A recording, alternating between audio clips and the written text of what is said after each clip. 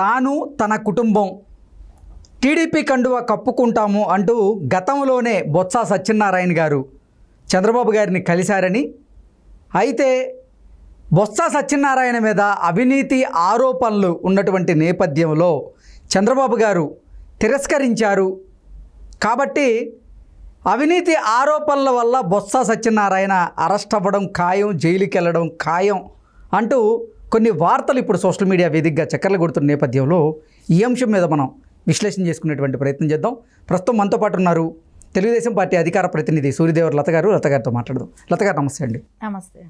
లత గారు, తాను తన కుటుంబం టీడీపీ కండువా కప్పుకునేందుకు సిద్ధం అంటూ గతంలోనే బొత్స సత్యనారాయణ గారు చంద్రబాబు గారిని కలిశారని, కానీ బొత్స సత్యనారాయణ కుటుంబం మీద కొన్ని అవినీతి ఆరోపణలు ఉన్నటువంటి నేపథ్యంలో చంద్రబాబు గారు తిరస్కరించారు అని, ఇప్పుడు చంద్రబాబు గారు తిరస్కరించారు కాబట్టి ఆ అవినీతి ఆరోపణల వల్ల బొత్స అరెస్ట్ కాబోతున్నారు, ఆయన జైలుకి వెళ్ళబోతున్నారు అంటూ కొన్ని వార్తలు అయితే బయటకు వస్తూ ఉన్నాయి.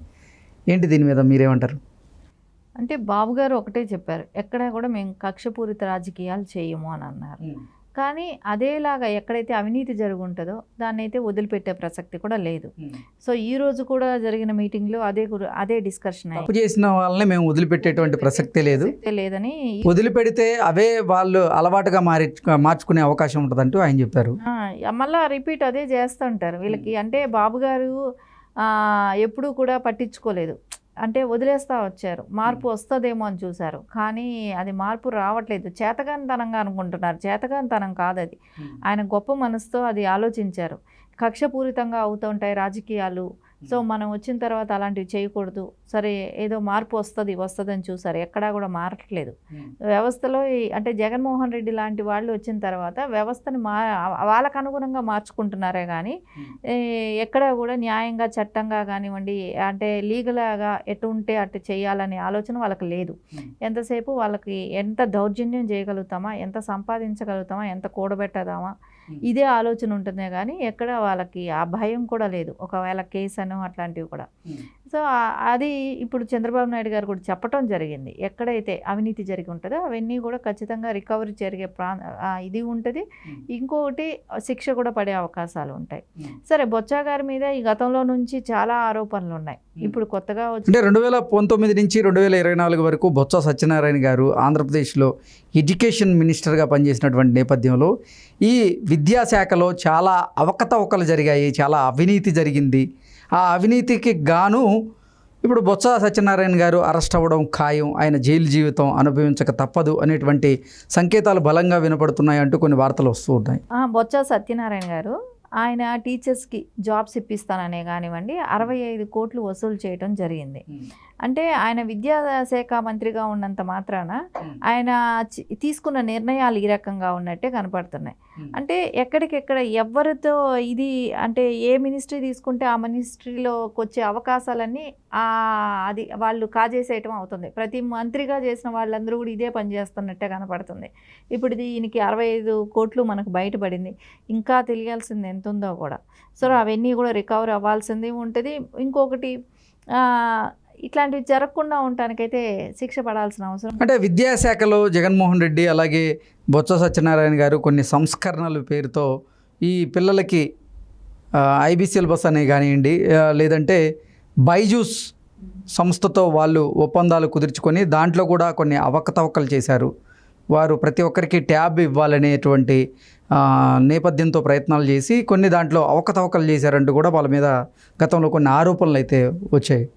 సో ఇలా విద్యాశాఖలో బొత్స సత్యనారాయణ గారు చాలా అవినీతికి పాల్పడ్డారంటూ కూడా గతంలో చాలా వార్తలు వచ్చాయి. నాదెండ్ల మనోహర్ గారు కూడా ఆయన మీద కొన్ని ఆరోపణలు కూడా చేయడం జరిగింది. అది ఖచ్చితంగా మనకు ఓపెన్గా తెలిసిందే. ఇంకా కూడా అమ్మఒడి నుంచి వచ్చిన డబ్బులను కూడా వాళ్ళు బిల్డింగ్లు మరమ్మతులకు తీసుకోవటమే కానివ్వండి, బాత్రూమ్స్ వాటి గురించి మరమ్మతులకే కానివ్వండి, బిల్డింగ్ మరమ్మతులకని 2000 తీసుకోవటం జరిగింది. కానీ ఎప్పుడూ కూడా మన బడ్జెట్లోనే మరమ్మతులకని ఉంటుంది, సో అది తీసుకుంటారు. సరే, అలా తీసుకున్నప్పుడు ఆ డబ్బులు ఏం చేశారు, ఈ డబ్బులు ఏం చేశారు, సో వీటికి తెలియాలి కదా లెక్కలు. సో ఈ అంటే ఏదో ఒక రకంగా అయితే కాజేశారు అనేది అనిపిస్తుంది.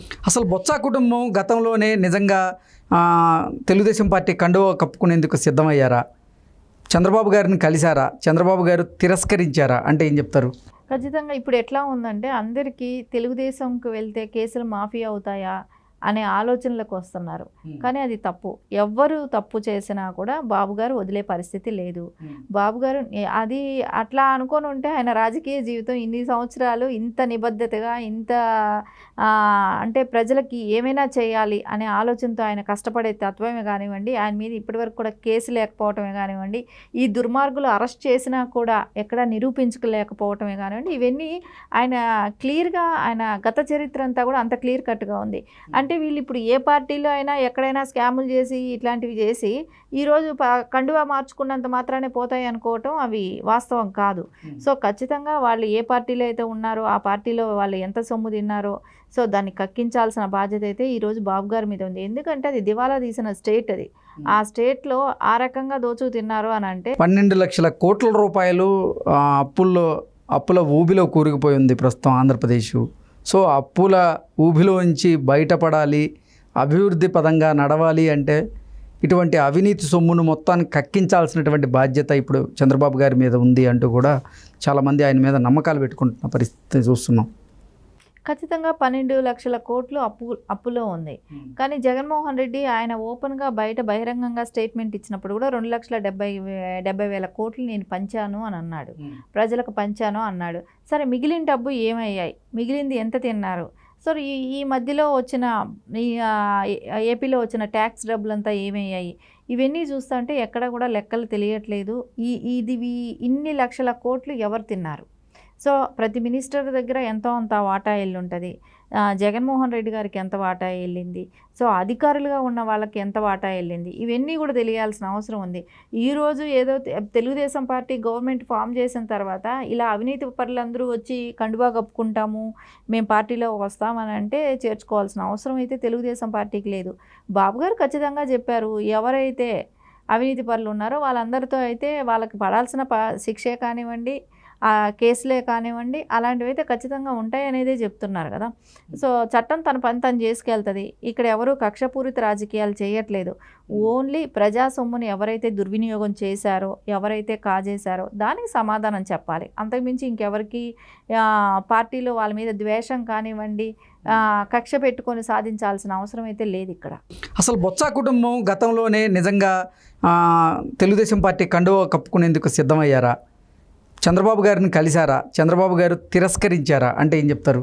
ఖచ్చితంగా ఇప్పుడు ఎట్లా ఉందంటే అందరికీ తెలుగుదేశంకి వెళ్తే కేసులు మాఫీ అవుతాయా అనే ఆలోచనలకు వస్తున్నారు. కానీ అది తప్పు. ఎవ్వరు తప్పు చేసినా కూడా బాబు గారు వదిలే పరిస్థితి లేదు.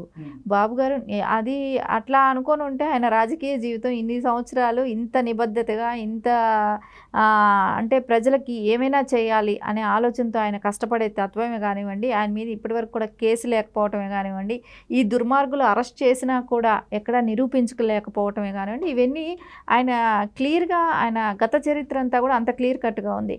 అంటే వీళ్ళు ఇప్పుడు ఏ పార్టీలో అయినా ఎక్కడైనా స్కాములు చేసి ఇట్లాంటివి చేసి ఈరోజు కండువా మార్చుకున్నంత మాత్రానే పోతాయి అనుకోవటం అవి వాస్తవం కాదు.